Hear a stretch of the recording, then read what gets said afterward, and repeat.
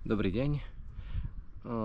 Dneska natočím také videjko o tom, ako sa ujali očka, čo som očkoval minulý rok v broskyne a ako ich treba zostrihnúť pred jarou, aby nám to tu z toho vyrastli pekne stromčeky. Tak tu si hneď môžeme ukázať.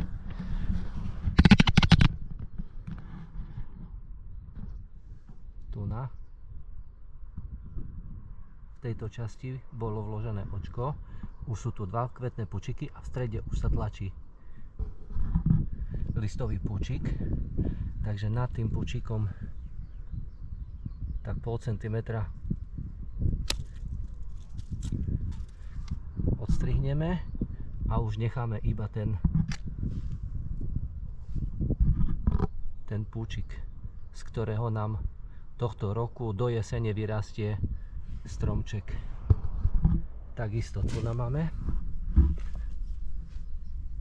Tu bolo vložené očko minulý rok.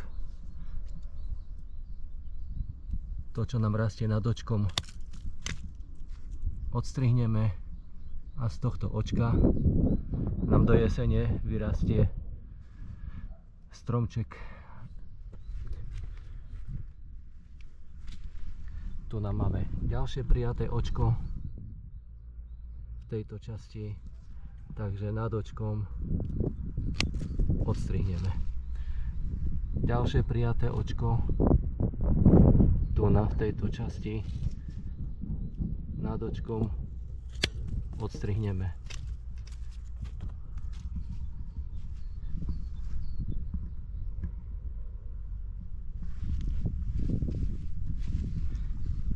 Tu máme ďalšie prijaté očko, nad očkom odstrihneme. Necháme iba ten púčik rastový.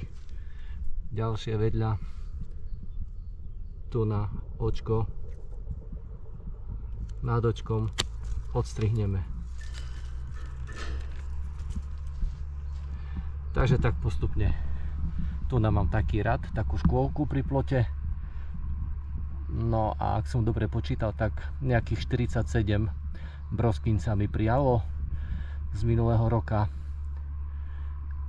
A taká 90% úspešnosť je pri očkovaní. Takže tak, a budeme to počas roku sledovať, ako nám tie stromčeky rastú. OK. Tak zatiaľ, majte sa.